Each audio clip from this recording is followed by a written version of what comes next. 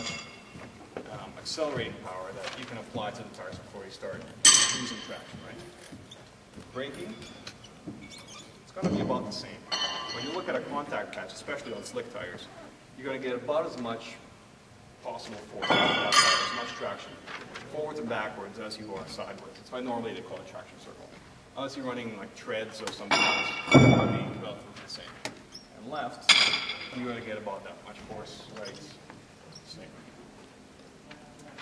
And so if we map what we're doing up here, and so I'll draw this in red, we're hitting full brakes, so we're going right from this point at the traction, and then over here, we somehow get to turning left throughout that very short transition. Chances are it's going to be get off the brakes and turn and hope for the best. So it's going to be kind of something like that in terms of how much traction during that very short transition we're using. When you look at this, what you end up doing is still starting off at the braking point here where you're more or less using the maximum amount of traction to slow down, and you're going to transition and you're going to steer a little bit and then trail brake, they call it. Start with hard brakes and then let off the brakes until you get to here, to the 10 mark, or right, essentially, or you're not braking at all. And so you're going to start kind of moving up this way from full brakes to slightly less brakes, slightly more steering, up the entire traction circle to the point here where you're going fully left. And then when you get on the gas, you're going to be following kind of this path somewhere like here, where you're going from left and transitioning to full acceleration. And so it's a continuous off the gas, on the steering, off the steering, and then back on the gas. And if you look at any of the stats, and well, I don't know if we have access to the stats that Formula One teams have, they look at stuff like this, and they say, you know, Schumacher, you're not really using all the traction you have there. Your core is not smooth enough. And you see some of the best racers, they get right up to the traction. And because you're doing it over such a longer period here, when you transition it into the corner, you got a better chance of staying out there. When you crank it in, like with the very short transition that we got up there, you gotta have a really good car setup to pull that off. And pretty good reflexes as well. And if you just compare the two corners, you'll see that with this one, you're actually coming in hotter, right? And so if you're coming up against somebody who drives like this, you're going to be able to come in on the inside of them. Even though you're going to be going slower right at the apex here, you're going to be getting on the gas faster, and you're going to be beating them out of that corner.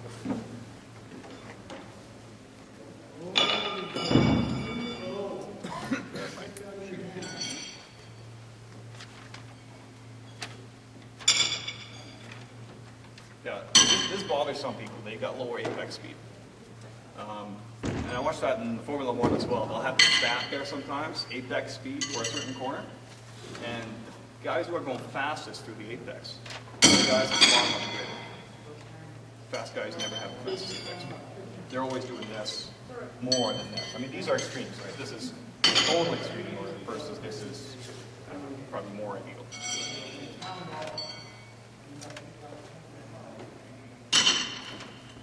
So this sample is good for a straight hairpin.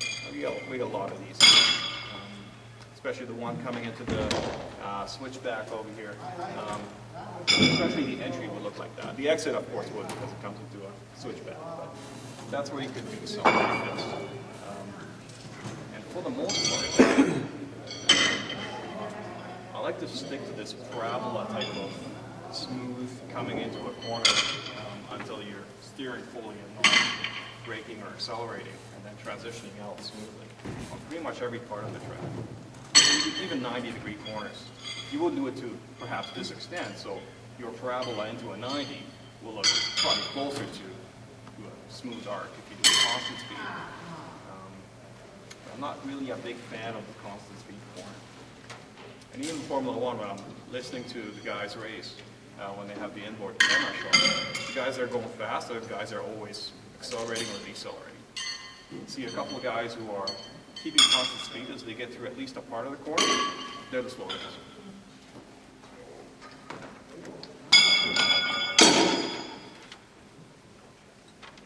So some cornering tips. Obviously, we're not going to be able to drive perfect lines all the time. I'm going to hope this comes off.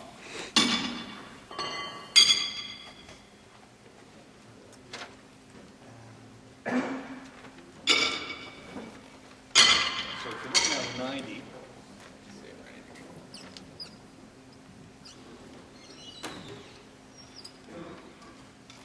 versus 90 versus a 180.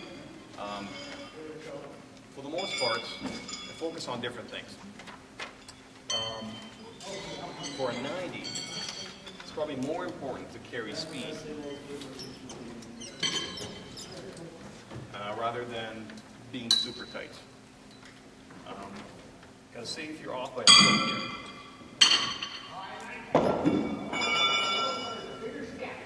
that foot, by the time you factor that out over how much distance that is going to be pretty insignificant when you look at your times, right? Because it's a foot at a very, very fast speed, so you're not really going to lose a lot of time. So if you can carry more speed and be a little bit wide in the 90, you're going to lose less time. Versus at a 180, if you're out by a foot on a 180, then you're traveling that extra distance at a very slow speed. So you're going an extra foot at 10, and you're coming back an extra foot at approximately 10. And so that's going to cost you a tenth, right here. It's going to cost you 100th, maybe 200ths, almost nothing over here. That's something to keep in mind when you're setting up for corners. Like even if you have to go a little bit slower here to make it tighter, you're going to be better off trying to carry more speed than being off.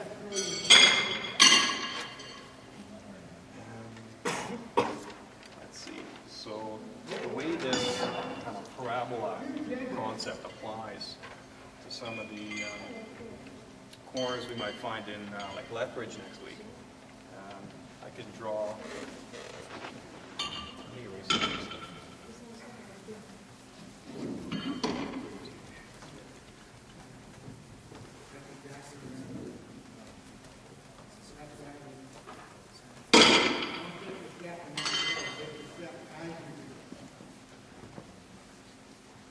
We'll come back to something to actually clean that off. So if we're looking at one of my all-time favorite corners, I used to run these all the time. You'd have a board that would come back.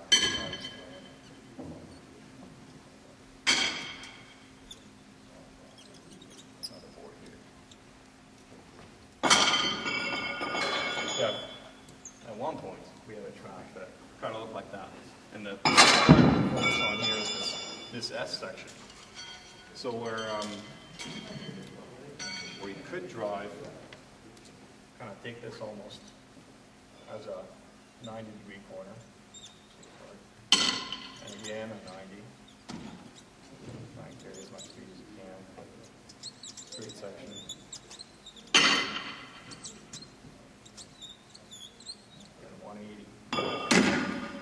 I like to turn that into a parabola as well. So you start off very slow and you end up very slow here. And throughout the rest of it, you're continuously accelerating and decelerating. You're never going full speed, never going constant speed through here. So you start off with